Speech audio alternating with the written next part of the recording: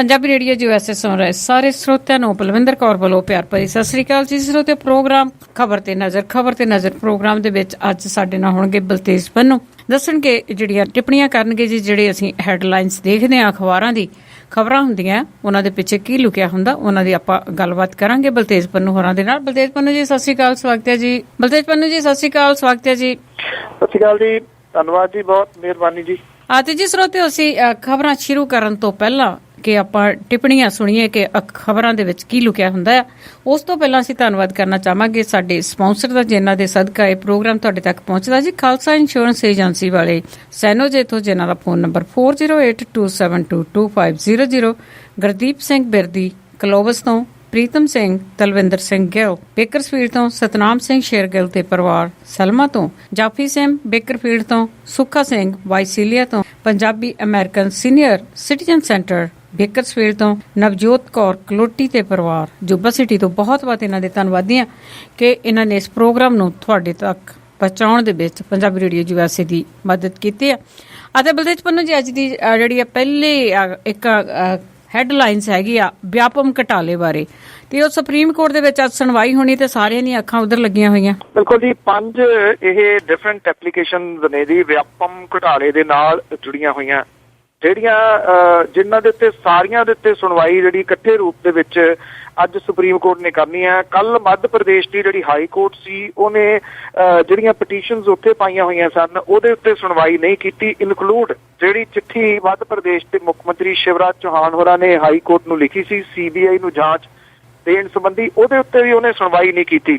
ਉਹਨੇ ਇਹ ਗੱਲ ਕਹੀ ਹੈ ਕਿ ਹੁਣ ਜਦੋਂ ਸੁਪਰੀਮ ਕੋਰਟ ਦੇ ਵਿੱਚ ਇਹਦੀ ਸੁਣਵਾਈ ਹੋ ਰਹੀ ਹੈ ਤੇ ਹਾਈ ਕੋਰਟ ਦੇ ਵਿੱਚ ਸੁਣਵਾਈ ਦੀ ਕੋਈ ਜ਼ਰੂਰਤ ਜਿਹੜੀ ਉਹ ਨਹੀਂ ਰਹਿ ਜਾਂਦੀ। ਅੱਜ ਸਾਰੀਆਂ ਨਿਗਾਹਾਂ ਜਿਹੜੀਆਂ ਦੀ ਉਹ ਸੁਪਰੀਮ ਕੋਰਟ ਦੇ ਅਹਿਮ ਫੈਸਲੇ ਦੇ ਉੱਤੇ ਲੱਗੀਆਂ ਰਹਿਣਗੀਆਂ ਕਿ ਸੁਪਰੀਮ ਕੋਰਟ ਇਸ ਮਾਮਲੇ ਦੇ ਵਿੱਚ ਕੀ ਫੈਸਲਾ ਜਿਹੜਾ ਉਹ ਦਿੰਦੀ ਹੈ। ਇਹ ਜਿਹੜੀਆਂ ਪਟੀਸ਼ਨਾਂ ਪਾਈਆਂ ਹੋਈਆਂ ਨੇ, ਇਹਦੇ ਵਿੱਚ CBI ਦੀ ਜਾਂਚ ਵਾਲੀ ਪਟੀਸ਼ਨ, ਇੱਕ ਪਟੀਸ਼ਨ ਇਹ ਹੈ ਕਿ CBI ਦੀ ਜੇ ਜਾਂਚ ਹੋਵੇ ਤਾਂ ਸੁਪਰੀਮ ਕੋਰਟ ਦੀ ਦੇਖ ਰੇਖ ਦੇ ਹੇਠ ਹੋਵੇ। ਇਹਦੇ ਵਿੱਚ ਸ਼ਿਵਰਾਜ ਚੌਹਾਨ ਹੋਰਾਂ ਦਾ ਅਸਤੀਫਾ ਤੇ ਉੱਥੋਂ ਦੇ ਰਾਜਪਾਲ ਦੇ ਅਸਤੀਫੇ ਵਾਲੀ ਵੀ ਜਿਹੜੀ ਇਹਦੀ ਪਟੀਸ਼ਨ ਪਈ ਹੋਈ ਹੈ। ਵਿਆਪਮ ਘੁਟਾਲਾ ਜਿਹੜਾ ਕਿ ਹਜ਼ਾਰਾਂ ਕਰੋੜ ਰੁਪਏ ਦਾ ਘੁਟਾਲਾ ਹੈ, ਔਰ ਇਹਦੇ ਵਿੱਚ 46 ਜਾਨਾਂ ਜਿਹੜੀਆਂ ਦੀ ਹੁਣ ਤੱਕ ਜਾ ਚੁੱਕੀਆਂ ਹੋਈਆਂ ਨੇ। ਇੱਕ ਲੜਕੀ ਦੀ ਜਿਹੜੀ ਡੈਥ ਹੋਈ ਸੀ, ਉਹਦੇ ਸੰਬੰਧ ਦੇ ਵਿੱਚ ਵੀ ਹੁਣ ਇਹ ਗੱਲ ਸਾਹਮਣੇ ਆ ਰਹੀ ਹੈ ਕਿ ਗਲ ਘੁੱਟਣ ਕਰਕੇ ਉਹਦੀ ਮੌਤ ਹੋਈ ਸੀਗੀ। ਇਹ ਕੋਈ ਨੈਚੁਰਲ ਡੈਥ ਜਿਹੜੀ ਉਹ ਨਹੀਂ ਸੀਗੀ। ਇੱਕ ਹੋਰ ਮੌਤ ਜਿਹੜੀ ਹੈ ਜੀ ਵਿਆਪਮ ਦੇ ਨਾਲ ਜਿਹੜੀ ਹੈ ਉਹ ਜੁੜ ਗਈ ਹੈ। ਵੱਖੋ ਵੱਖਰੇ ਸਮੇਂ ਦੇ ਉੱਤੇ ਵੱਖੋ ਵੱਖਰੇ ਤਰੀਕੇ ਦੇ ਨਾਲ ਇਹ ਜਿਹੜੀਆਂ ਡੈਥ ਉਹ ਹੋਈਆਂ ਨੇ। ਕੋਈ ਸੜਕ ਹਾਦਸੇ ਦੇ ਵਿੱਚ ਮਾਰਿਆ ਗਿਆ, ਕੋਈ ਬਿਮਾਰੀ ਦੇ ਨਾਲ ਮਾਰਿਆ ਗਿਆ, ਕੋਈ ਸ਼ਰਾਬ ਪੀ ਕੇ ਜਿਹੜਾ ਸੀਗਾ ਉਹ ਮਾਰਿਆ ਗਿਆ। ਪਰ ਪਿਛਲੇ ਦਿਨਾਂ ਤੋਂ ਜਦੋਂ ਇੱਕ ਪੱਤਰਕਾਰ ਦੀ ਮੌਤ ਹੋਈ ਹੈ ਤੇ ਇੱਕ ਡੀਨ ਦੀ ਜਿਹੜੀ ਮੌਤ ਹੋਈ ਹੈ, ਉਸ ਤੋਂ ਬਾਅਦ ਇਹ ਜਿਹੜਾ ਮਸਲਾ ਸੀਗਾ ਉੱਪਰ ਕੇ ਸਾਹਮਣੇ ਜਿਹੜਾ ਦੀ ਉਹ ਆਇਆ। ਔਰ ਜਿਹੜੇ ਵਿਸਲ ਬਲੋਅਰ ਨੇ ਜਿਨ੍ਹਾਂ ਨੇ ਇਹ ਮਸਲਾ ਸਾਹਮਣੇ ਲਿਆਂਦਾ, ਉਹਨਾਂ ਦਾ ਇਹ ਕਹਿਣਾ ਹੈ ਕਿ ਉਹਨਾਂ ਦੀ ਜਾਨ ਨੂੰ ਵੀ ਖਤਰਾ ਹੈ। ਇੱਕ ਬੜੀ ਅਹਿਮ ਵੱਡੀ ਖਬਰ ਮੁਲਕ ਭਰ ਦੀ ਹੈ, ਜਿਹਨੇ ਸ਼ਾਇਦ ਦੁਨੀਆ ਭਰ ਦਾ ਜਿਹੜਾ ਮੀਡੀਆ ਦੀ ਉਹਦੇ ਵਿੱਚ ਚਰਚਾ ਜਿਹੜੀ ਆ ਉਹ ਕਰਵਾਈ ਹੈ ਕਿ ਐਡਾ ਵੱਡਾ ਘੁਟਾਲਾ ਇੰਨੀ ਦੇਰ ਤੱਕ ਇਹ ਰਾਜਨੀਤਿਕ ਤੇ ਪ੍ਰਸ਼ਾਸਨ ਚੁੱਪ ਕਿਉਂ ਰਿਹਾ ਤੇ ਇੰਨੀਆਂ ਸਾਰੀਆਂ ਮੌਤਾਂ ਜਿਹੜੀਆਂ ਸੀ ਉਹ ਵੇਖਦਾ ਕਿਉਂ ਰਿਹਾ। ਅੱਜ ਸਾਰਾ ਕੁਝ ਜਿਹੜਾ ਜੀ ਡਿਪੈਂਡ ਕਰੂਗਾ ਸੁਪਰੀਮ ਕੋਰਟ ਦੇ ਵੱਲੋਂ ਲਏ ਜਾਣ ਵਾਲੇ ਕਿਸੇ ਵੀ ਫੈਸਲੇ ਦੇ ਉੱਤੇ।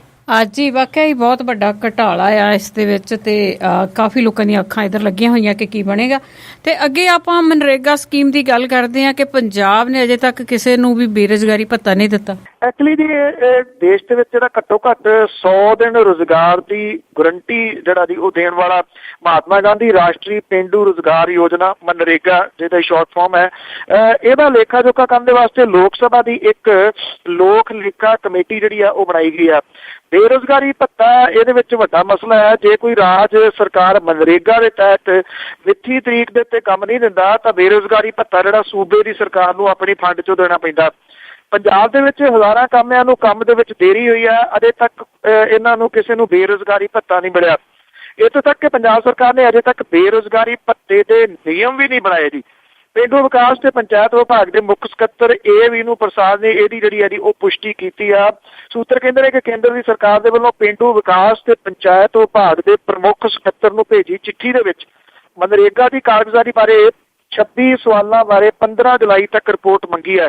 ਸਰਕਾਰ ਤੋਂ ਇਹ ਪੁੱਛਿਆ ਗਿਆ ਜੀ ਕਿ ਬੇਰੁਜ਼ਗਾਰੀ ਭੱਤੇ ਸੰਬੰਧੀ ਨਿਯਮ ਕਦੋਂ ਬਣਾਏ ਗਏ, ਬੋਗਸ ਵਿਅਕਤੀਆਂ ਨੂੰ ਕੀਤੀਆਂ ਗਈਆਂ ਅਦਾਇਗੀਆਂ ਜਾਂ ਹੋਰ ਬੇਨਿਯਮੀਆਂ ਬਾਰੇ ਹੁਣ ਤੱਕ ਰਾਜ ਸਰਕਾਰ ਦੇ ਵੱਲੋਂ ਕੀਤੀ ਗਈ ਜਿਹੜੀ ਕਾਰਵਾਈ ਹੈ ਉਹਦੀ ਰਿਪੋਰਟ ਤੋਂ ਇਲਾਵਾ ਸੂਬਾ ਸਰਕਾਰ ਵੱਲੋਂ ਲੋੜੀਂਦਾ ਸਮਾਜਿਕ ਲੇਖਾ ਕਰਵਾਏ ਜਾਣ ਦੀ ਜਾਣਕਾਰੀ ਜਿਹੜੀ ਹੈ ਜੀ ਉਹ ਮੰਗੀ ਗਈ ਹੈ। ਇਹ ਵੀ ਪੁੱਛਿਆ ਗਿਆ ਕਿ ਰਾਜ ਸਰਕਾਰ ਨੇ ਪਿੰਡ ਪੱਧਰ ਉੱਤੇ ਵਿਜੀਲੈਂਸ ਤੇ ਦੇਖ ਰੇਖ ਕਮੇਟੀਆਂ ਦਾ ਗਠਨ ਕੀਤਾ ਹੈ, ਜੇ ਨਹੀਂ ਕੀਤਾ ਤਾਂ ਕਿਉਂ ਨਹੀਂ ਕੀਤਾ ਜੀ। ਔਰ ਦੇ ਅੰਦਰ ਨਰੇਗਾ ਰੁਜ਼ਗਾਰ ਪ੍ਰਾਪਤੀ ਮਜ਼ਦੂਰ ਯੂਨੀਅਨ ਜਿਹੜੀ ਹੈ ਜੀ ਉਹ ਇਹ ਕਹਿੰਦੀ ਹੈ ਕਿ ਉਹਨਾਂ ਨੇ ਸਮੇਂ-ਸਮੇਂ ਤੇ ਬੇਰੁਜ਼ਗਾਰੀ ਭੱਤੇ ਦੀ ਮੰਗ ਦਰਜਨਾਂ ਵਾਰੀ ਕੀਤੀ ਹੈ, ਪਰ ਜਿਹੜੀ ਸਰਕਾਰ ਹੈ ਉਹਦੇ ਕੰਨਾਂ ਦੇ ਉੱਤੇ ਜੂੰ ਵੀ ਜਿਹੜੀ ਉਹ ਨਹੀਂ ਸਰਕੀ, ਉਹਨੇ ਇਸ ਮਾਮਲੇ ਦੇ ਵਿੱਚ ਕੁਝ ਵੀ ਨਹੀਂ ਕੀਤਾ।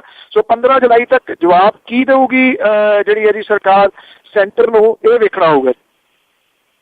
ਜੀ ਤੇ ਅੱਗੇ ਗੱਲ ਕਰਦੇ ਆ ਜੀ, ਰੋਜ਼ ਕੋਈ ਨਾ ਕੋਈ ਇਹੋ ਜਿਹੀ ਖਬਰ ਮਾੜੀ ਆਉਂਦੀ ਆ, ਜਾਂ ਤੇ ਅਣਪਛਾਤੀਆਂ ਲਾਸ਼ਾਂ ਹੁੰਦੀਆਂ ਆ, ਜਾਂ ਕੋਈ ਨਾ ਕੋਈ ਫਾਹਾ ਲੈ ਕੇ ਮਰ ਜਾਂਦਾ ਆ, ਕੋਈ ਟੈਂਕੀਆਂ ਤੇ ਚੜਦਾ।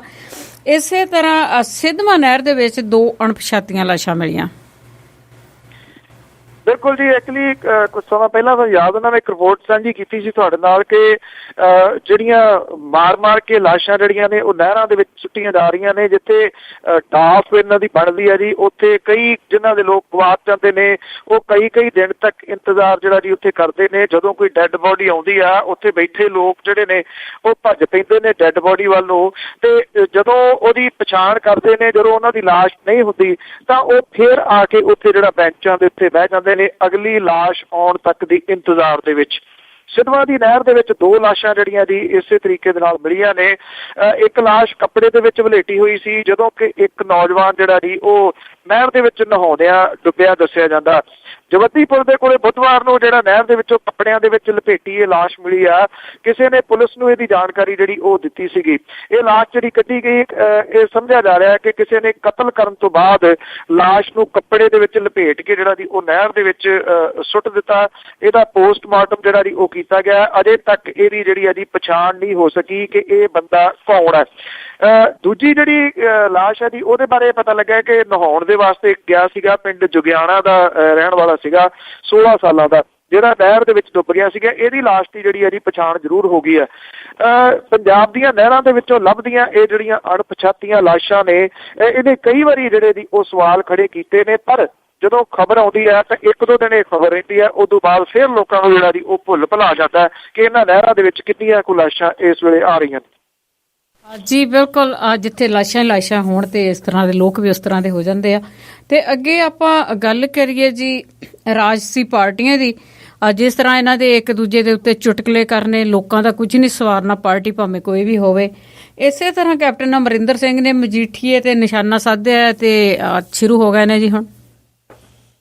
ਬਿਲਕੁਲ ਜੀ, ਕੈਪਟਨ ਅਮਰਿੰਦਰ ਸਿੰਘ ਹੋਰੀ ਲੰਮੀ ਗੈਰ ਹਾਜ਼ਰੀ ਤੋਂ ਬਾਅਦ ਇਸ ਵੇਲੇ ਸਰਗਰਮ ਨੇ ਜੀ ਪੰਜਾਬ ਦੇ ਵਿੱਚ ਵੱਖ-ਵੱਖ ਵਿਧਾਨ ਸਭਾ ਹਲਕਿਆਂ ਦੇ ਵਿੱਚ ਉਹ ਜਾ ਰਹੇ ਨੇ ਤੇ ਪੰਜਾਬ ਦੀਆਂ ਜਿਹੜੀਆਂ ਮੰਗਾਂ ਨੇ, ਪੰਜਾਬ ਦੀਆਂ ਜਿਹੜੀਆਂ ਮੁਸ਼ਕਲਾਂ ਨੇ, ਉਹਦਾ ਕਿਤੇ ਜ਼ਿਕਰ ਨਹੀਂ। ਬਾਦਲਾਂ ਦੇ ਪਰਿਵਾਰ ਦੇ ਉੱਤੇ ਜਿਹੜਾ ਜੀ ਸਿੱਧਾ ਨਿਸ਼ਾਨਾ, ਉੱਧਰੋਂ ਉਹ ਜਵਾਬ ਜਿਹੜਾ ਦੇਈ ਜਾਂਦੇ ਨੇ ਤੇ ਲੋਕ ਜਿਹੜੇ ਉਹ ਚਟਕਾਰੇ ਲੈ ਕੇ ਦੋਨਾਂ ਦੇ ਬਿਆਨ ਪੜ੍ਹੀ ਜਾਂਦੇ ਨੇ। ਕੈਪਟਨ ਅਮਰਿੰਦਰ ਸਿੰਘ ਹੋਰਾਂ ਨੇ ਪਹਿਲਾਂ ਤਾਂ ਜਿਹੜਾ ਜੀ ਘੇਰਿਆ ਹਰਸਿਮਰਤ ਕੌਰ ਬਾਦਲ ਨੂੰ, ਇਹ ਕਿਹਾ ਕਿ ਹਰਸਿਮਰਤ ਕੌਰ ਬਾਦਲ ਓਨਾ ਕੁ ਬੋਲੇ ਜਿੰਨੀ ਜ਼ਰੂਰਤ ਹੈ, ਵੱਧ ਬੋਲੂਗੀ ਤਾਂ ਉਹਦਾ ਇਹ ਕਹਿਣਾ ਕਿ ਮੈਂ ਫਿਰ ਜਵਾਬ ਦਊਂਗਾ ਉਹਦਾ। ਦੂਸਰਾ ਉਹਨਾਂ ਨੇ ਨਿਸ਼ਾਨਾ ਲਾਇਆ ਜੀ ਹਰਸਿਮਰਤ ਕੌਰ ਬਾਦਲ ਹੋਰਾਂ ਦੇ ਭਰਾ ਦੇ ਉੱਤੇ ਬਿਕਰਮ ਸਿੰਘ ਮਜੀਠੀਆ ਤੇ। ਇਹ ਗੱਲ ਆਖੀ ਹੈ ਕਿ ਕਾਂਗਰਸ ਦੀ ਸਰਕਾਰ ਆਉਣ ਤੋਂ ਬਾਅਦ ਬਿਕਰਮ ਸਿੰਘ ਮਜੀਠੀਆ ਪੰਜਾਬ ਤੱਕ ਹੀ ਮਜੀਠੇ ਦੇ ਵਿੱਚ ਵੀ ਨਹੀਂ ਵੜਨ ਦਿੱਤਾ ਜਾਊਗਾ ਉਹਨੂੰ। ਉਹਨਾਂ ਨੇ ਇਹ ਗੱਲ ਕਹੀ ਹੈ ਕਿ ਇਸ ਵੇਲੇ ਪੰਜਾਬ ਦੇ ਵਿੱਚ ਰੇਤਾ ਤੇ ਸ਼ਰਾਬ ਦੇ ਉੱਤੇ ਮੁਕੰਮਲ ਰੂਪ ਦੇ ਵਿੱਚ ਬਿਕਰਮ ਸਿੰਘ ਮਜੀਠੀਆ ਦਾ ਕਬਜ਼ਾ। ਉਹਨਾਂ ਨੇ ਲੋਕਾਂ ਨੂੰ ਮਜੀਠੇ ਦੇ ਵਿੱਚ ਸਵਾਲ ਕੀਤਾ ਹੈ ਕਿ ਤੁਸੀਂ ਦੱਸੋ ਕਿ ਮਜੀਠੇ ਦੇ ਵਿੱਚ ਸਭ ਤੋਂ ਵੱਧ ਸ਼ਰਾਬ ਦੇ ਠੇਕੇ ਕਿਉਂ ਨੇ। ਉਹਨਾਂ ਨੇ ਬਾਦਲਾਂ ਦੇ ਉੱਤੇ ਵੀ ਨਿਸ਼ਾਨਾ ਜਿਹੜਾ ਜੀ ਉਹ ਸਾਧਿਆ। ਉਹਨਾਂ ਨੇ ਇਹ ਵੀ ਗੱਲ ਕਹੀ ਹੈ ਕਿ ਜਿਹੜੇ ਅੰਮ੍ਰਿਤਸਰ ਐਲਾਨਨਾਮੇ ਨੂੰ ਇਸ਼ੂ ਬਣਾ ਰਹੇ ਨੇ ਪ੍ਰਕਾਸ਼ ਸਿੰਘ ਬਾਦਲ ਹੋਰੀ, ਉਹ ਕਹਿੰਦੇ ਕਿ ਅੰਮ੍ਰਿਤਸਰ ਐਲਾਨਨਾਮੇ ਦੇ ਵਿੱਚ ਖਾਲਿਸਤਾਨ ਦਾ ਕੋਈ ਜ਼ਿਕਰ ਨਹੀਂਗਾ, ਇਹਦੇ ਵਿੱਚ ਤਾਂ ਸਿਰਫ ਰਾਜਾਂ ਨੂੰ ਵੱਧ ਅਧਿਕਾਰ ਦੇਣ ਦੀ ਗੱਲ ਜਿਹੜੀ ਹੈ ਜੀ ਉਹ ਆਖੀ ਗਈ ਆ। ਉਹ ਕਹਿੰਦੇ ਰਾਜਾਂ ਨੂੰ ਵੱਧ ਅਧਿਕਾਰ ਦੇਣ ਵਾਲੇ ਮਾਮਲੇ ਦੇ ਉੱਤੇ ਤਾਂ ਮੈਂ ਪਹਿਲਾਂ ਹੀ ਇਹਦੇ ਹੱਕ ਦੇ ਵਿੱਚ, ਜੇ ਅੰਮ੍ਰਿਤਸਰ ਐਲਾਨਨਾਮੇ ਦੇ ਉੱਤੇ ਮੇਰੇ ਦਖਸ਼ਤ ਨੇ ਤਾਂ ਇਹਦੇ ਵਿੱਚ ਗਲਤ ਕੀਆ। ਉਹਨਾਂ ਨੇ ਇਹ ਵੀ ਕਿਹਾ ਕਿ ਪੰਜਾਬ ਦੇ ਕੋਲੇ ਹਰਿਆਣੇ ਨੂੰ ਦੇਣ ਦੇ ਵਾਸਤੇ ਕੋਈ ਵਾਧੂ ਪਾਣੀ ਜਿਹੜਾ ਉਹ ਨਹੀਂ ਹੈ। ਉਧਰ ਪ੍ਰਤਾਪ ਸਿੰਘ ਬਾਜਵਾ ਉਹਨਾਂ ਨੇ ਜਿਹੜੀ ਇਹ ਗੱਲ ਕਹੀ ਹੈ ਕਿ ਜਦੋਂ ਪੁਰਾਣੇ ਰੁੱਖ ਛਾਂ ਨਾ ਦੇਣ ਤੇ ਫਿਰ ਨਵੇਂ ਰੁੱਖ ਜਿਹੜੇ ਉਹ ਲਾਉਣੇ ਪੈਂਦੇ ਨੇ। ਉਹਨਾਂ ਦਾ ਸਿੱਧਾ ਇਸ਼ਾਰਾ ਜਿਹੜਾ ਜੀ ਕੈਪਟਨ ਅਮਰਿੰਦਰ ਸਿੰਘ ਹੋਰਾਂ ਵੱਲ ਹੈ। ਉਹਨਾਂ ਨੇ ਕਿਹਾ ਕਿ ਉਹ ਵੀ ਛੇਤੀ ਪੰਜਾਬ ਦੇ ਵਿੱਚ ਸਰਗਰਮ ਜਿਹੜਾ ਜੀ ਉਹ ਹੋਣਗੇ ਜੀ। ਅਤੇ ਜੀ ਅੱਗੇ ਇੱਕ ਖਬਰ ਦੇਖਣ ਨੂੰ ਮਿਲਦੀ ਆ ਕਿ ਜਿਸ ਤਰ੍ਹਾਂ ਆਪਾਂ ਮਨਰੇਗਾ ਦੀ ਗੱਲ ਕੀਤੀ ਆ, ਇਸੇ ਤਰ੍ਹਾਂ ਜਿਵੇਂ ਆਟਾ ਦਾਲ ਸਕੀਮ ਕਹਿੰਦੇ ਆ, ਜਿਸ ਤਰ੍ਹਾਂ ਆਪਣੇ ਵੋਟਾਂ ਦੀ ਸਕੀਮ ਆ ਇਹ, ਤੇ ਉਹ ਉੱਥੇ ਲੋਕ ਆ ਜਿਹੜੇ ਉਹ ਵੀ ਖਾਲੀ ਹੱਥ ਪਰਚੀਆਂ ਲੈ ਕੇ ਖੜੇ ਆ, ਉਹਨਾਂ ਨੂੰ ਵੀ ਕੁਝ ਨਹੀਂ ਮਿਲ ਰਿਹਾ। ਪੰਜਾਬ ਦੇ ਵਿੱਚ ਹੌਲੀ ਹੌਲੀ ਜਿਹੜੀਆਂ ਇਹ ਲੋਕ ਲਭਾਊ ਸਕੀਮਾਂ ਸੀਗੀਆਂ ਜੀ ਉਹਨਾਂ ਨੇ ਪਿਛਲੇ ਸਮੇਂ ਦੇ ਦੌਰਾਨ ਦਮ ਤੋੜਿਆ ਜੀ। ਤੁਹਾਨੂੰ ਯਾਦ ਹੋਣਾ ਵਿਧਾਨ ਸਭਾ ਚੋਣਾਂ ਦੇ ਦੌਰਾਨ ਸੁਖਬੀਰ ਸਿੰਘ ਬਾਦਲ ਹੋਰਾਂ ਨੇ ਲੈਪਟਾਪ ਦੇਣ ਦਾ ਵਾਅਦਾ ਕੀਤਾ ਸੀਗਾ ਵਿਦਿਆਰਥੀਆਂ ਨੂੰ। ਉਹ ਲੈਪਟਾਪ ਕਿੱਥੇ ਗਏ, ਕਿੱਥੇ ਚੱਲਦੇ ਨੇ, ਕਿਸੇ ਨੂੰ ਨਹੀਂ ਪਤਾ ਜੀ। ਸਾਈਕਲ ਜਿਹੜੇ ਕੁੜੀਆਂ ਨੂੰ ਦਿੱਤੇ ਜਾ ਰਹੇ ਸੀ, ਉਹ ਸਕੀਮ ਜਿਹੜੀ ਹੈ ਜੀ ਉਹ ਅੱਧ ਵਾਟੇ ਦਮ ਤੋੜ ਗਈ ਹੈ। ਜਿਹੜੀਆਂ ਵੱਖ-ਵੱਖ ਸਕੀਮਾਂ ਜਿਹਦੇ ਵਿੱਚ ਵਜ਼ੀਫਾ ਸਕੀਮਾਂ ਔਰ ਬਜ਼ੁਰਗਾਂ ਨੂੰ ਜਿਹੜੀ ਪੈਨਸ਼ਨ ਦੇਣ ਵਾਲੀ ਗੱਲ ਸੀ, ਉਹ ਵੀ ਤਕਰੀਬਨ ਖਤਮ ਹੈ ਜੀ। ਇੱਥੇ ਪੰਜਾਬ ਦੇ ਵਿੱਚ ਕਈ ਮਹੀਨਿਆਂ ਤੋਂ ਕਿਸੇ ਨੂੰ ਕੋਈ ਪੈਨਸ਼ਨ ਜਿਹੜੀ 250 ਰੁਪਈਆ ਸਿਰਫ ਉਹ ਵੀ ਨਹੀਂ ਮਿਲਦੀ। ਜੇ ਕੋਈ 250 ਰੁਪਈਆ ਮੰਗਦਾ ਜਿਹੜਾ ਜੀ ਮਰ ਗਿਆ ਤੇ ਬੀਬੀ ਜਗੀਰ ਕੌਰ ਵਰਗੇ ਜਿਹੜੇ ਆਗੂ ਨੇ ਉਹ ਉਹਦੇ ਉੱਤੇ ਕਟਾਕਸ਼ ਕਰਦੇ ਨੇ। ਚਲੋ ਮਰ ਗਿਆ ਫਿਰ ਕੀ ਹੋਇਆ, ਟੱਬਰ ਨੂੰ ਲੱਖ ਰੁਪਈਆ ਜਿਹੜਾ ਜੀ ਉਹ ਮਿਲ ਗਿਆ, ਉਹਦਾ ਟੱਬਰ ਤਾਂ ਪੂਰਾ ਖੁਸ਼ ਹੈ। ਇਸ ਕਿਸਮ ਦੇ ਨਾਲ ਜਿਹੜੇ ਹੰਕਾਰੇ ਹੋਏ ਸੱਤਾਧਾਰੀਏ ਨੇ ਜੀ ਉਹ ਲੋਕਾਂ ਦਾ ਮਜ਼ਾਕ ਉਡਾਉਂਦੇ ਨੇ। ਇਸੇ ਤਰੀਕੇ ਦੇ ਨਾਲ ਜਿਹੜੀ ਲੋਕ ਲਭਾਊ ਨਾਅਰੇ ਦੇ ਵਿੱਚ ਇੱਕ ਹੋਰ ਆਟਾ ਦਾਲ ਸਕੀਮ ਸੀਗੀ, ਉਹ ਵੀ ਹੌਲੀ ਹੌਲੀ ਜਿਹੜੀ ਹੈ ਜੀ ਉਹ ਦਮ ਤੋੜ ਰਹੀ ਹੈ। ਪਿਛਲੇ 9 ਮਹੀਨਿਆਂ ਤੋਂ ਇਹਨਾਂ ਦੇ ਭੜੋਲੇ ਜਿਹੜੇ ਖਾਲੀ ਪਏ ਨੇ, ਇਹ ਲੋਕ ਉਡੀਕੀ ਜਾਂਦੇ ਨੇ ਕਿ ਕਦੋਂ ਇਹਨਾਂ ਦੇ ਭੜੋਲਿਆਂ ਦੇ ਵਿੱਚ ਆਟਾ ਦਾਲ ਸਕੀਮ ਦੇ ਤਹਿਤ ਜਿਹੜਾ ਜੀ ਉਹ ਦਾਣੇ ਆਉਣਗੇ। ਪਰ ਸਰਕਾਰ ਦੀ ਤਰਫੋਂ ਇਹ ਨਹੀਂ ਦੱਸਿਆ ਜਾ ਰਿਹਾ ਕਿ ਕਦੋਂ ਆਉਣਗੇ। ਡੀਪੂਆਂ ਵਾਲੇ ਇਹਨਾਂ ਨੂੰ ਲਾਰੇ ਜਿਹੜੇ ਨੇ ਉਹ ਜ਼ਰੂਰ ਲਾਈ ਜਾ ਰਹੇ ਨੇ। ਅਸਲ ਦੇ ਵਿੱਚ ਜਿਹੜੀ ਪਹਿਲਾਂ ਇਹ ਪਨਸਪ ਨੂੰ ਸੌਂਪੀ ਗਈ ਸੀਗੀ, ਕੁਝ ਸਮਾਂ ਉਹਨੇ ਇਹਨੂੰ ਸਕੀਮ ਨੂੰ ਚਲਾਇਆ ਵੀ, ਪਰ ਲਗਭਗ 1600 ਕਰੋੜ ਰੁਪਏ ਦੀ ਅਦਾਇਗੀ ਸਰਕਾਰ ਨੇ ਪਨਸਪ ਨੂੰ ਕਰਨੀ ਸੀ, ਉਹ ਦਿੱਤੀ ਨਹੀਂ ਗਈ। ਪਨਸਪ ਨੇ ਬੰਦ ਕਰਤੀ। ਉਸ ਤੋਂ ਬਾਅਦ ਇਹਨੂੰ ਕਦੀ ਕਿਸੇ ਪਾਸੇ ਕਦੀ ਕਿਸੇ ਪਾਸੇ ਸਕੀਮ ਨੂੰ ਜਿਹੜਾ ਸੀ ਚਲਾਉਣ ਦੀ ਕੋਸ਼ਿਸ਼ ਕੀਤੀ ਗਈ। 4 ਚਫੇਰੇ ਤੋਂ ਜਦੋਂ ਕਰਜ਼ਾ ਚੜ੍ਹ ਜਾਂਦਾ ਤੇ ਇੱਕ ਤੋਂ ਲਾ ਕੇ ਦੂਜੇ ਮਹਿਕਮੇ ਨੂੰ ਜਿਹੜਾ ਜੀ ਉਹ ਦੇ ਦਿੱਤਾ ਜਾਂਦਾ। ਹੁਣ ਸਾਰੇ ਪਾਸੇ ਤੋਂ ਜਦੋਂ ਜਿਹੜਾ ਜੀ ਕਰਜ਼ਾ ਚੜ੍ਹ ਗਿਆ, ਇਹ ਸਕੀਮ ਜਿਹੜੀ ਹੈ ਜੀ ਦਮ ਤੋੜ ਰਹੀ ਹੈ। ਲੋਕਾਂ ਨੂੰ ਕਮਲੇ ਬਣਾ ਕੇ ਜਿਹੜੀ ਵੋਟਾਂ ਲੈਣ ਦੇ ਇਹ ਲੋਕ ਲਬਾਊ ਸਕੀਮਾਂ ਸਨ ਉਹ ਹੌਲੀ ਹੌਲੀ ਜਿਹੜੀਆਂ ਜੀ ਉਹ ਖਤਮ ਹੁੰਦੀਆਂ ਜਾ ਰਹੀਆਂ ਨੇ। ਲੋਕਾਂ ਨੂੰ ਇਹ ਸਮਝਣ ਦੀ ਲੋੜ ਹੈ ਜੀ ਕਿ ਵੋਟਾਂ ਦੇ ਦੌਰਾਨ ਇਸ ਤਰ੍ਹਾਂ ਦੀਆਂ ਸਕੀਮਾਂ ਐਲਾਨ ਦਿੱਤੀਆਂ ਜਾਂਦੀਆਂ ਨੇ, ਉਹ ਚਲਾਉਣੀਆਂ ਕਿੱਥੋਂ ਨੇ, ਚੱਲ ਸਕਦੀਆਂ ਨਹੀਂ ਕਿਸੇ ਦੀ ਹਾਲਤ ਦੇ ਵਿੱਚ, ਉਹ ਵੀ ਪੰਜਾਬ ਵਰਗੇ ਸੂਬੇ ਦੇ ਉੱਤੇ ਜਿੱਥੇ ਕਿ ਬਹੁਤਾ ਜਿਹੜਾ ਪੈਸਾ ਇਕੱਠਾ ਹੁੰਦਾ ਉਹ ਵਿਆਜ ਦੀ ਰਕਮ ਦੇ ਰੂਪ ਦੇ ਵਿੱਚ ਚਲੇ ਜਾਂਦਾ।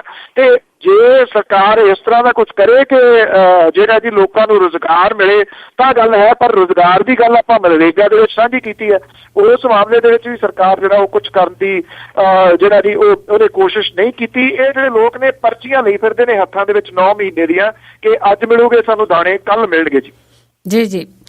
ਤੇ ਜੀ ਅੱਗੇ ਗੱਲ ਕਰੀਏ ਪੰਜਾਬ ਦੀ, ਜਿਵੇਂ ਪੰਜਾਬ ਦੇ ਲੋਕ ਅੰਨ ਪੈਦਾ ਕਰਨ 'ਚ ਵੀ ਮੋਹਰੀ ਰਹੇ ਆ, ਨਸ਼ਿਆਂ ਦੇ ਵਿੱਚ ਵੀ ਸਾਡਾ ਨੰਬਰ 1 ਆ ਗਿਆ। ਇਸੇ ਤਰ੍ਹਾਂ ਮਨੁੱਖੀ ਅਧਿਕਾਰਾਂ ਦਾ ਘਾਣ ਕਰਨ ਦੇ ਵਿੱਚ ਵੀ ਪੰਜਾਬ ਦੀ ਪੁਲਿਸ ਮੋਹਰੀ ਰਹੀ ਹੈ ਜੀ। ਮਨੁੱਖੀ ਅਧਿਕਾਰਾਂ ਦੀ ਉਲੰਘਣਾ ਦੇ ਮਾਮਲੇ ਦੇ ਵਿੱਚ ਪੰਜਾਬ ਪੁਲਿਸ ਜਿਹੜੀ ਹੈ ਜੀ ਉਹ ਇਸ ਵੇਲੇ ਸਭ ਤੋਂ ਮੂਹਰਲੀ ਕਤਾਰ ਦੇ ਵਿੱਚ ਹੈ। ਪੰਜਾਬ ਰਾਜ ਮਨੁੱਖੀ ਅਧਿਕਾਰ ਕਮਿਸ਼ਨ ਦੇ ਕੋਲੇ 2.25 ਲੱਖ ਸ਼ਿਕਾਇਤਾਂ ਜਿਹੜੀਆਂ ਪਹੁੰਚੀਆਂ ਨੇ, ਉਹਦੇ ਵਿੱਚੋਂ 1.25 ਲੱਖ ਸ਼ਿਕਾਇਤਾਂ ਜਿਹੜੀਆਂ ਉਹ ਪੁਲਿਸ ਦੇ ਖਿਲਾਫ ਨੇ ਜੀ। ਕਮਿਸ਼ਨ ਦੇ ਕੋਲੇ 1997 ਤੋਂ ਮਈ 15 ਤੱਕ ਆਈਆਂ 2,24,851 ਸ਼ਿਕਾਇਤਾਂ ਦੇ ਵਿੱਚੋਂ 1,24,035 ਟੋਟਲ ਜਿਹੜੀਆਂ 55% ਬਣਦੀਆਂ ਨੇ ਪੁਲਿਸ ਦੇ ਖਿਲਾਫ ਨੇ। ਇਹਦੇ ਵਿੱਚੋਂ 1997 ਤੋਂ 2000 ਤੱਕ ਅਕਾਲੀ ਸਰਕਾਰ ਦੇ ਸਮੇਂ 7686 ਤੇ ਕਾਂਗਰਸ ਦੀ ਕੈਪਟਨ ਸਰਕਾਰ ਦੇ ਸਮੇਂ 38,000 ਤੋਂ ਵੱਧ ਸ਼ਿਕਾਇਤਾਂ ਆਈਆਂ। 2007 ਤੋਂ 12 ਤੱਕ ਬਾਦਲ ਸਰਕਾਰ ਸਮੇਂ 46,000 ਤੇ 12 ਤੋਂ ਹੁਣ ਤੱਕ ਇਹ ਅੰਕੜਾ 31,000 ਜਿਹੜਾ ਜੀ ਉਹ ਦੱਸਿਆ ਜਾਂਦਾ। 97 ਤੋਂ 2000 ਤੱਕ ਇਹ ਗਿਣਤੀ 2,500 ਰਹੀ। ਸ਼ਿਕਾਇਤਾਂ ਦੀ ਗਿਣਤੀ ਜਿਹੜੀ ਹੈ ਜੀ 2001 ਤੋਂ 2005 ਤੱਕ 3642, 4344, 6422, 9661 ਤੇ 9835 ਜਿਹੜੀ ਉਹ ਰਹੀ। 2006 ਦੇ ਵਿੱਚ ਇਹ ਗਿਣਤੀ ਥੋੜੀ ਘਟੀ ਜਦੋਂ 8852 ਜਿਹੜੀ ਰਹਿ ਗਈ, ਪਰ 7 ਦੇ ਵਿੱਚ ਮੁੜ ਕੇ ਇਹ ਵੱਧ ਕੇ 9410 ਦੇ ਉੱਤੇ ਜਿਹੜਾ ਜੀ ਉਹ ਪਹੁੰਚ ਗਈ। 8 ਤੇ 9 ਦੇ ਵਿੱਚ 9026 ਤੇ 9905 ਜਿਹੜੀਆਂ, ਔਰ 2010 ਦੇ ਵਿੱਚ ਸਭ ਤੋਂ ਵੱਧ 10,338 ਸ਼ਿਕਾਇਤਾਂ ਜਿਹੜੀਆਂ ਆਈਆਂ। 11 ਦੇ ਵਿੱਚ ਫਿਰ ਇਹ ਗਿਣਤੀ ਜਿਹੜੀ ਸੀ 8562, 2012 ਦੇ ਵਿੱਚ 9825 ਦੇ ਵਿੱਚ 9131 ਤੇ 14 ਦੇ ਵਿੱਚ 8792 ਸ਼ਿਕਾਇਤਾਂ ਜਿਹੜੀਆਂ ਪੁਲਿਸ ਦੇ ਖਿਲਾਫ ਆਈਆਂ। ਮਈ ਤੱਕ ਇਸ ਸਾਲ ਦੀ ਜਿਹੜੀ ਸ਼ਿਕਾਇਤਾਂ ਦੀ ਗਿਣਤੀ 3246 ਨੂੰ ਪਹੁੰਚੀ ਹੋਈ ਹੈ। ਅੱਧਾ ਸਾਲ ਅਜੇ ਜਿਹੜਾ ਜੀ ਉਹ ਬਾਕੀ ਹੈ। ਔਰ SP ਤੋਂ ਉੱਪਰ ਦੇ 3 ਦਰਜਨ ਅਧਿਕਾਰੀਆਂ ਦੇ ਖਿਲਾਫ ਅਪਰਾਧਕ ਮਾਮਲੇ ਜਿਹੜੇ ਉਹ ਅਦਾਲਤਾਂ ਦੇ ਵਿੱਚ ਜਿਹੜਾ ਜੀ ਉਹ ਬਕਾ ਪਏ ਨੇ। ਜਿਹੜੇ ਵੱਖ-ਵੱਖ ਮਾਹਰ ਨੇ ਇਸ ਦੇ ਉੱਤੇ ਗੱਲ ਕਰਨ ਵਾਲੇ, ਉਹ ਕਹਿੰਦੇ ਨੇ ਕਿ ਕਿਸੇ ਵੀ ਸੂਬੇ ਦੀ ਪੁਲਿਸ ਦੇ ਖਿਲਾਫ ਮਨੁੱਖੀ ਅਧਿਕਾਰਾਂ ਦੇ ਅਗੇਂਸਟ ਇੰਨੀਆਂ ਜਿਹੜੀਆਂ ਸ਼ਿਕਾਇਤਾਂ ਆਉਣੀਆਂ ਉਹ ਫਿਕਰਮੰਦੀ ਵਾਲੀ ਗੱਲ ਹੈ। ਪਰ ਜਿਹੜਾ ਸਭ ਤੋਂ ਮਾੜਾ ਪੱਖ ਇਹਦਾ ਇਹ ਹੈ ਕਿ ਪਹਿਲਾਂ ਜਿਹੜੇ SSPs ਦੀ ਮੀਟਿੰਗ ਹੁੰਦੀ ਸੀ ਮੰਥਲੀ, ਉਹ ਪਿਛਲੇ ਕਈ ਸਾਲਾਂ ਤੋਂ ਬੰਦ ਕਰ ਦਿੱਤੀਆਂ ਗਈਆਂ ਨੇ, ਜਿਹਦੇ ਵਿੱਚ ਕਮ ਸੇ ਕਮ ਪੁਲਿਸ ਅਫਸਰਾਂ ਦੀ ਪੁੱਛਗਿੱਛ ਤਾਂ ਹੁੰਦੀ ਸੀ। ਇਹ ਸਾਰੀ ਦੀ ਸਾਰੀ ਬੰਦ ਹੋਣ ਕਰਕੇ ਇਸ ਵੇਲੇ ਸ਼ਿਕਾਇਤਾਂ ਦੇ ਢੇਰ ਜਿਹੜੇ ਨੇ ਮਨੁੱਖੀ ਅਧਿਕਾਰ ਕਮਿਸ਼ਨ ਤੱਕ ਲੱਗੇ ਪਏ ਨੇ। ਇਹ ਉਹ ਸ਼ਿਕਾਇਤਾਂ ਨੇ ਜੀ ਜਿਹੜੇ ਲੋਕ ਇੱਥੋਂ ਤੱਕ ਪਹੁੰਚ ਕਰ ਲੈਂਦੇ ਨੇ, ਲਿਖਵਾ ਲੈਂਦੇ ਨੇ। ਜਿਹੜੇ ਲੋਕ ਵਿਚਾਰੇ ਮਾਤੜ ਨਾ ਲਿਖਵਾ ਸਕਦੇ ਨੇ, ਨਾ ਉਹਨਾਂ ਦੀ ਪਹੁੰਚ ਹੈ, ਜੇ ਕਿਤੇ ਉਹ ਵੀ ਸ਼ਿਕਾਇਤਾਂ ਇੱਥੋਂ ਤੱਕ ਆ ਜਾਣ ਤਾਂ ਤੁਸੀਂ ਸੋਚ ਸਕਦੇ ਹੋ ਕਿ ਅੰਕੜੇ ਕਿੱਥੋਂ ਤੱਕ ਪਹੁੰਚ ਸਕਦੇ ਜੀ।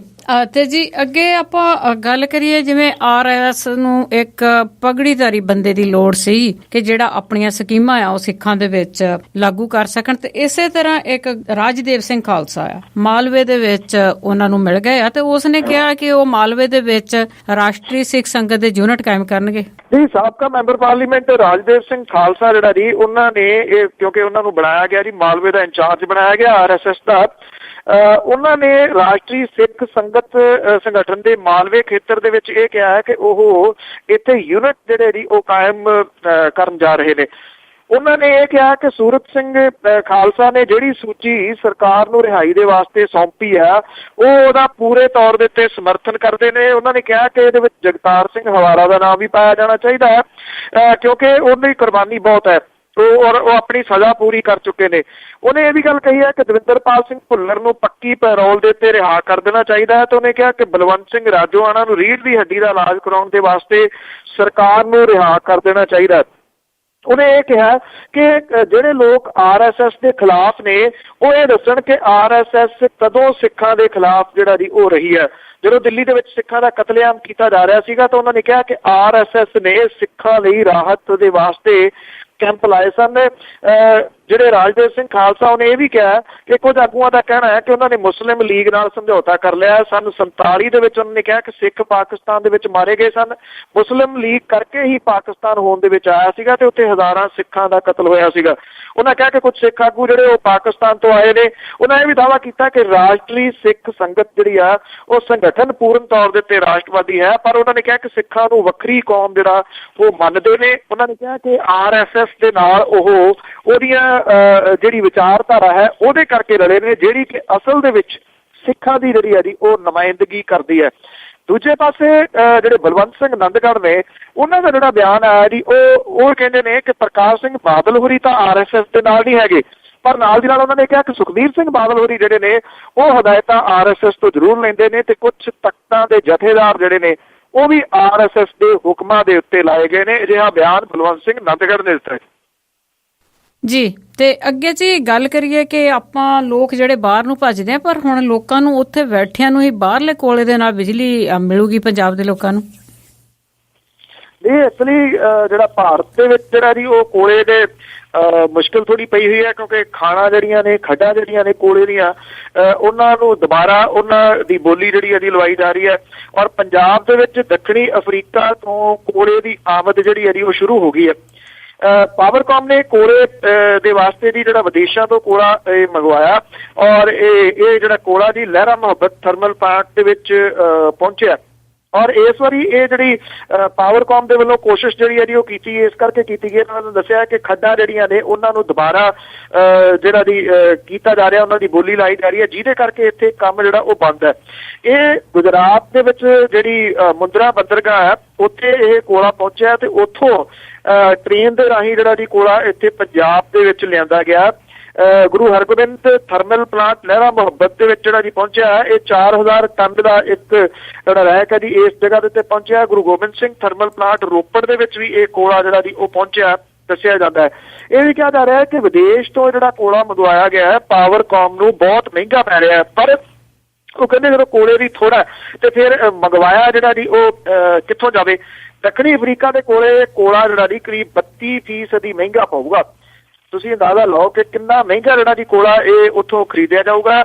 ਜਦੋਂ ਥਰਮਲ ਪਲਾਂਟ ਲੱਗ ਰਹੇ ਸੀਗੇ ਪੰਜਾਬ ਦੇ ਵਿੱਚ ਤਾਂ ਉਸ ਵੀ ਇਹ ਗੱਲ ਜਿਹੜੀ ਉੱਭਰੀ ਸੀਗੀ ਕਿ ਕੋਲਾ ਪਹਿਲੇ ਥਰਮਲ ਪਲਾਂਟਾਂ ਕੋਲੇ ਹੈ ਨਹੀਂਗਾ, ਨਵੇਂ ਤੁਸੀਂ ਥਰਮਲ ਪਲਾਂਟ ਜਿਹੜੇ ਨੇ ਲਾ ਕੇ ਇਹ ਕੋਲਾ ਕਿੱਥੋਂ ਜਿਹੜਾ ਜੀ ਲੈ ਕੇ ਆਓਗੇ। ਉਦੋਂ ਇਹ ਕਿਹਾ ਸੀਗਾ ਕਿ ਭਾਰਤ ਦੇ ਵਿੱਚ ਕੋਲੇ ਦੀ ਕੋਈ ਥੋੜ ਨਹੀਂ ਹੈ, ਪਰ ਹੁਣ ਜਿਹੜੀ ਹੈ ਜੀ ਇਹ ਅਸਲੀਅਤ ਸਾਹਮਣੇ ਆ ਗਈ ਹੈ। ਇਹ ਭਾਰ ਜਿਹੜਾ ਜੀ ਲੋਕਾਂ ਦੇ ਸਿਰ ਦੇ ਉੱਤੇ ਹੀ ਪੈਣਾ। ਜੇ 32% ਕੋਲਾ ਮਹਿੰਗਾ ਆਇਆ ਜਿਹੜਾ ਦੱਖਣੀ ਅਫਰੀਕਾ ਤੋਂ, ਤਾਂ ਇਹਦਾ ਮਤਲਬ ਇਹ ਕਿ ਬਿਜਲੀ ਜਿਹੜੀ ਪਹਿਲਾਂ ਹੀ ਮੁਲਕ ਦੇ ਵਿੱਚੋਂ ਸਭ ਤੋਂ ਮਹਿੰਗੀ ਆ ਪੰਜਾਬ ਦੇ ਵਿੱਚ, ਉਹਦੇ ਵਾਧੇ ਦੇ ਵਿੱਚ ਤਕਰੀਬਨ ਸੰਕੇਤਕ ਇਸ਼ਾਰਾ ਜਿਹੜਾ ਜੀ ਇਹ ਕੀਤਾ ਜਾ ਰਿਹਾ ਹੈ। ਜੀ ਤੇ ਅੱਗੇ ਜੀ ਮੇਰਾ ਆਖਰੀ ਸਵਾਲ ਵੀ ਪੰਜਾਬ ਵੱਲ ਮੁੜਦੇ ਆ ਕਿ ਪੰਜਾਬ ਦੇ ਵਿੱਚ ਜਿਸ ਤਰ੍ਹਾਂ ਰੋਸ ਮੁਜ਼ਾਹਰੇ ਹੋ ਰਹੇ ਆ, ਰੋਜ਼ ਹੀ ਕੋਈ ਨਾ ਕੋਈ ਇਸੇ ਤਰ੍ਹਾਂ ਚੱਲਦਾ, ਸਾਰਾ ਸਾਲ ਹੀ ਰੋਸ ਮੁਜ਼ਾਹਰੇ ਚੱਲਦੇ ਆ। ਕੀ ਜਿਹੜਾ ਪੰਜਾਬ ਇੱਕ ਰੋਸ ਮੁਜ਼ਾਹਰਿਆਂ ਦਾ ਸੂਬਾ ਨਹੀਂ ਬਣ ਗਿਆ? ਬਿਲਕੁਲ ਜੀ, ਉਸ ਪਾਸੇ ਵੱਲ ਨੂੰ ਜਾ ਰਿਹਾ ਜੀ। ਪੰਜਾਬ ਦੀਆਂ 4 ਖੱਬੀਆਂ ਪਾਰਟੀਆਂ ਨੇ ਬਾਦਲ ਸਰਕਾਰ ਦੀ ਜਿਹੜੀ ਲੋਕ ਵਿਰੋਧੀ ਨੀਤੀਆਂ ਉਹਨੂੰ ਲੈ ਕੇ ਚੰਡੀਗੜ੍ਹ ਦੇ ਵਿੱਚ ਵੱਡਾ ਰੋਸ ਮੁਜ਼ਾਹਰਾ ਕੀਤਾ। ਇਹ ਮੁੱਖ ਮੰਤਰੀ ਦੀ ਕੋਠੀ ਵੱਲ ਨੂੰ ਜਿਹੜੇ ਵਧ ਰਹੇ ਸੀਗੇ, ਅੱਗੇ ਵਧਣ ਤਾਂ ਜਿਹੜਾ ਜੀ ਉਹ ਨਹੀਂ ਦਿੱਤਾ ਗਿਆ। ਬਠਿੰਡਾ ਨੂੰ ਜਿਹੜਾ ਏਮਜ਼ ਦੇ ਦਿੱਤਾ ਜੀ, ਉਹਨੂੰ ਲੈ ਕੇ ਸਮੁੱਚੇ ਦੁਆਬੇ ਦੇ ਵਿੱਚ ਰੋਸ ਧਰਨੇ ਜਿਹੜੇ ਉਹ ਹੋ ਰਹੇ ਨੇ ਕਿ ਇਹਨੂੰ ਜਿਹੜਾ ਸੀਗਾ ਜੀ ਇਹ ਦੁਆਬੇ ਨੂੰ ਦਿੱਤਾ ਜਾਣਾ ਚਾਹੀਦਾ ਸੀਗਾ। ਕਾਂਗਰਸੀ ਆਗੂ ਕਹਿੰਦੇ ਨੇ ਕਿ ਅਸੀਂ ਪੰਜਾਬ ਹਰਿਆਣਾ ਹਾਈ ਕੋਰਟ ਦੇ ਵਿੱਚ ਜਿਹੜਾ ਜੀ ਉਹ ਇਸ ਮਸਲੇ ਨੂੰ ਲੈ ਕੇ ਜਾਵਾਂਗੇ। ਉਧਰ ਜਿਹੜੇ ਬੇਰੁਜ਼ਗਾਰ ਨੇ ਜੀ ਉਹ ਬਾਘੇ ਪੁਰਾਣੇ ਦੀਆਂ ਟੈਂਕੀਆਂ ਦੇ ਉੱਤੇ ਚੜ੍ਹ ਗਏ। ਮੋਗੇ ਦੇ ਵਿੱਚ ਵੀ ਰੋਸ ਮੁਜ਼ਾਹਰੇ ਜਿਹੜੇ ਹੋਏ। ਕੱਲ ਤਾਂ ਮਾੜੀ ਸਥਿਤੀ ਜਿਹੜੀ ਬਣਨ ਲੱਗੀ ਸੀ ਕਿ ਕੁਝ ਜਿਹੜੇ ਬੇਰੁਜ਼ਗਾਰ ਸਨ ਉਹਨਾਂ ਨੇ ਆਪਣੇ ਉੱਤੇ ਪੈਟਰੋਲ ਵੀ ਜਿਹੜਾ ਜੀ ਉਹ ਪਾ ਲਿਆ, ਪਰ ਇਹਨਾਂ ਸਮੇਂ ਦੇ ਉੱਤੇ ਜਿਹੜਾ ਉਹਨਾਂ ਦੇ ਸਾਥੀਆਂ ਨੇ ਜਿਹੜਾ ਜੀ ਉਹ ਬਚਾ ਲਿਆ। ਨਹੀਂ ਤਾਂ ਇਹ ਜਿਹੜਾ ਸੀ ਮਾੜਾ ਕੋਈ ਘਟਨਾ ਜਿਹੜੀ ਸੀ ਉਹ ਵਾਪਰ ਸਕਦੀ ਸੀ। ਜਿਸ ਤੁਸੀਂ ਮਰਜ਼ੀ ਜਿਹੜਾ ਜੀ ਸ਼ਹਿਰ ਵੱਲ ਦੇਖ ਲਓ, ਜਿਹੜੇ ਇੱਕ ਪੈਨਸ਼ਨ ਨੂੰ ਲੈ ਕੇ ਬਠਿੰਡਾ ਸੰਗਰੂਰ ਜਿਹੜਾ ਸੀਗਾ ਜੀ ਉਹ ਜਾਮ ਕਰ ਲਿਆ ਜੀ। ਕੱਲ ਜਿਹੜੇ ਸਾਬਕਾ ਫੌਜੀ ਨੇ ਉਹਨਾਂ ਨੇ 4 ਚੁਫੇਰੇ ਤੋਂ ਜਿਹੜੇ ਆ ਜੀ ਉਹ ਰੋਸ ਮੁਜ਼ਾਹਰਿਆਂ ਨੇ ਇਸ ਵੇਲੇ ਪੰਜਾਬ ਨੂੰ ਜਿਹੜਾ ਜੀ ਉਹ ਘੇਰਿਆ ਹੋਇਆ। ਔਰ ਜਿਹੜੇ ਬਹੁਤੇ ਆਗੂ ਨੇ ਜੀ ਉਹ ਵਿਦੇਸ਼ਾਂ ਦੇ ਵਿੱਚ ਠੰਡੀ ਹਵਾ ਦੇ ਬੁੱਲੇ ਲੈਣ ਦੇ ਵਾਸਤੇ ਉੱਥੇ ਦੌਰਿਆਂ ਤੇ ਨੇ। ਹਾਂਜੀ ਜੀ, ਬਿਲਕੁਲ ਕਿ ਠੰਡੀ ਹਵਾ ਦੇ ਬੁੱਲੇ ਲੈਂਦੇ ਆ ਤੇ ਗਰਮੋ ਗਰਮ ਭਾਸ਼ਣ ਵੀ ਆ ਉਹਨਾਂ ਦੇ ਚੱਲਦੇ ਆ। ਅਖੀਰ ਦੇ ਵਿੱਚ ਆਜਨਾਮਾ ਕਿ ਹੇਮਾ ਮਾਲਿਨੀ ਹੱਸੀ ਫਿਰ ਕਹਿਣ ਲੱਗੀ ਅਸਲੀ ਗੱਲ ਗਈ ਐਵੇਂ ਘੁਮਾਈ ਹੈ ਜੀ। ਹੇਮਾ ਮਾਲਿਨੀ ਹੱਸੀ ਫਿਰ ਕਹਿਣ ਲੱਗੀ ਅਸਲੀ ਗੱਲ ਗਈ ਐਵੇਂ ਘੁਮਾਈ ਹੈ ਜੀ। ਪੈ ਗਿਆ ਮੀਡੀਆ ਐਵੇਂ ਹੀ ਮਗਰ ਸਾਡੀ ਬਹੁਤ ਗਈ ਖਿੱਲੀ ਉਡਾਈ ਹੈ ਜੀ। ਮ੍ਰਿਤਕ ਬੱਚੀ ਦਾ ਬਾਪ ਸੀ ਗਲਤ ਸਾਰਾ, ਜਿਸ ਨੇ ਗੱਡੀ ਨਾ ਠੀਕ ਚਲਾਈ ਹੈ ਜੀ। ਮੇਰੇ ਡਰਾਈਵਰ ਦਾ ਨਾਂ ਐਵੇਂ ਹਰ ਕੋਈ ਉਸ ਨੂੰ ਗਿਆ ਫਸਾਈ ਹੈ ਜੀ। ਹੇਮਾ ਬੋਲਦੀ ਬੋਲਾਂ ਵਿੱਚ ਸਾਫ਼ ਦਿਸਦੀ, ਸੱਤਾ ਕਾਰਨ ਹੰਕਾਰ ਵਿੱਚ ਆਈ ਹੈ ਜੀ। ਹੇਮਾ ਬੋਲਦੀ ਬੋਲਾਂ ਵਿੱਚ ਸਾਫ਼ ਦਿਸਦੀ, ਸੱਤਾ ਕਾਰਨ ਹੰਕਾਰ ਵਿੱਚ ਆਈ ਹੈ ਜੀ। ਮਾਇਆ ਮਾਰਦੀ ਬੰਦੇ ਦੀ ਮੱਤ ਕਿਹੜੀ, ਝਲਕ ਹੇਮਾ ਨੇ ਉਹਦੀ ਵਿਖਾਈ ਹੈ ਜੀ। ਥੈਂਕ ਯੂ ਜੀ, ਧੰਨਵਾਦ ਜੀ, ਮਿਹਰਬਾਨੀ। ਥੈਂਕ ਯੂ ਜੀ, ਸਤਿ ਸ਼੍ਰੀ ਅਕਾਲ ਜੀ। ਅਸਲ ਤੇ ਸਨ ਬਲਤੇਜ ਪੰਨੂ ਜੋ ਸਾਡੇ ਨਾਲ ਜੁੜਦੇ ਨੇ ਤੇ ਜੋ ਅਸੀਂ ਖਬਰਾਂ ਪੜ੍ਹਦੇ ਆ, ਅੱਜ ਜੋ ਸੁਰਖੀਆਂ ਹੁੰਦੀਆਂ ਨੇ ਅਖਬਾਰਾਂ ਦੀਆਂ, ਉਹਨਾਂ ਦੇ ਪਿੱਛੇ ਕੀ ਲੁਕਿਆ ਹੁੰਦਾ ਉਹਨਾਂ ਬਾਰੇ ਸਾਨੂੰ ਦੱਸਦੇ ਆ। ਹੁਣ ਬਲਵਿੰਦਰ ਕੌਰ ਵੀ ਤੁਹਾਡੇ ਤੋਂ ਇਜਾਜ਼ਤ ਲੈਂਦੇ ਆ। ਅਗਲੇ ਬੁਲੇਟਿਨ ਵਿੱਚ ਫਿਰ ਮਿਲਾਂਗੇ। ਸਾਰੇ ਸਰੋਤਿਆਂ ਨੂੰ ਪਿਆਰ ਭਰੀ ਸਤਿ ਸ੍ਰੀ ਅਕਾਲ।